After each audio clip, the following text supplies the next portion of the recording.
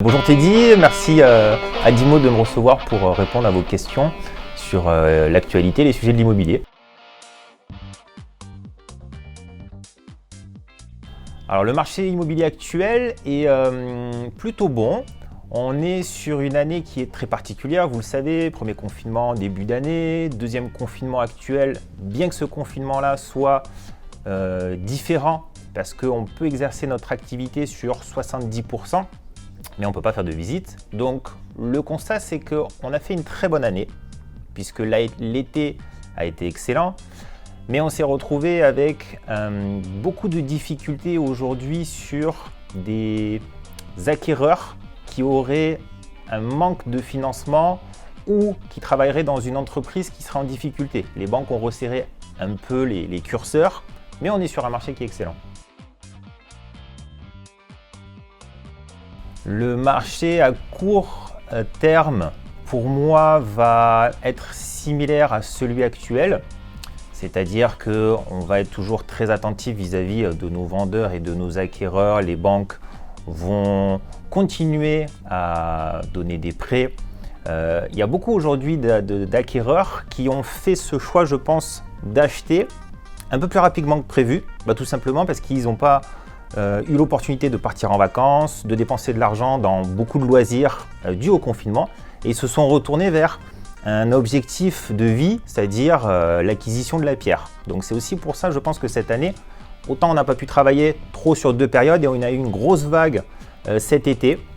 Après, moyen terme, comment je vois moi début d'année prochaine ou même toute l'année 2021, ça va être une année qui va être charnière, ça va être une année qui va être plus complexe nous, vis-à-vis de la relation client, tout simplement parce que tout l'impact économique de 2020 va influencer 2021. Il y a beaucoup de personnes en 2021, secteur de la restauration et tout ça, qui vont avoir plus de difficultés à se lancer dans l'acquisition immobilière.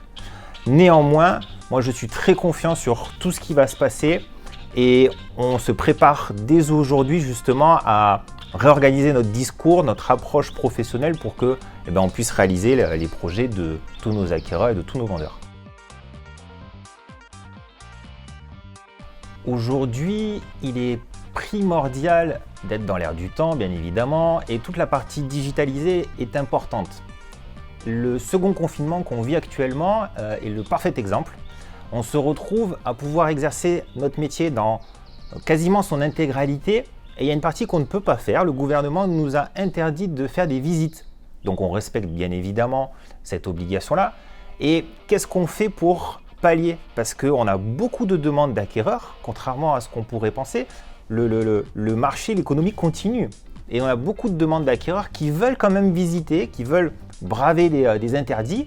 Alors on leur explique qu'on ne peut pas. Par contre, qu'est-ce qu'on fait?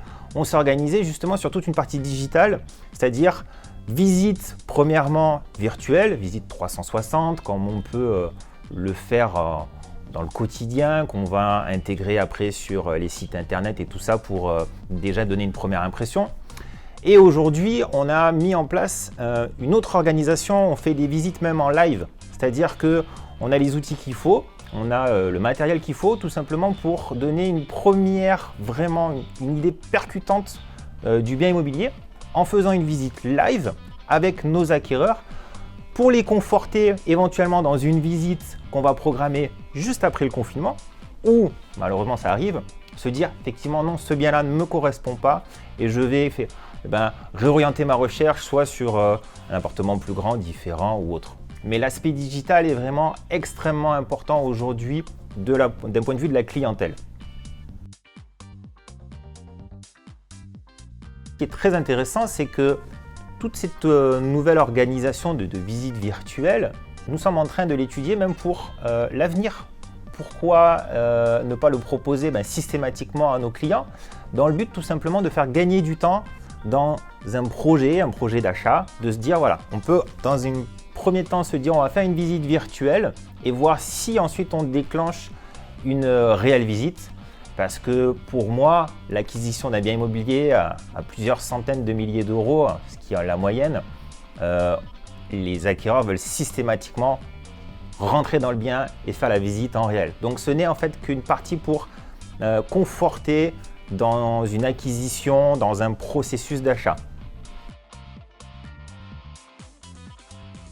Aujourd'hui, on a une période qui est un peu plus complexe, mais il faut se dire qu'en général, quoi qu'il en soit, il y a toujours des oscillations de marché, des oscillations d'économie, ça c'est une certitude.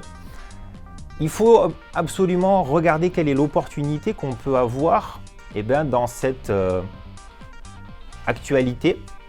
Et pour moi, le grand conseil que je donne à tous mes conseillers immobiliers et à mes confrères, ça serait absolument de continuer à vous former, de monter en compétences, parce qu'on est dans un métier qui demande une expertise.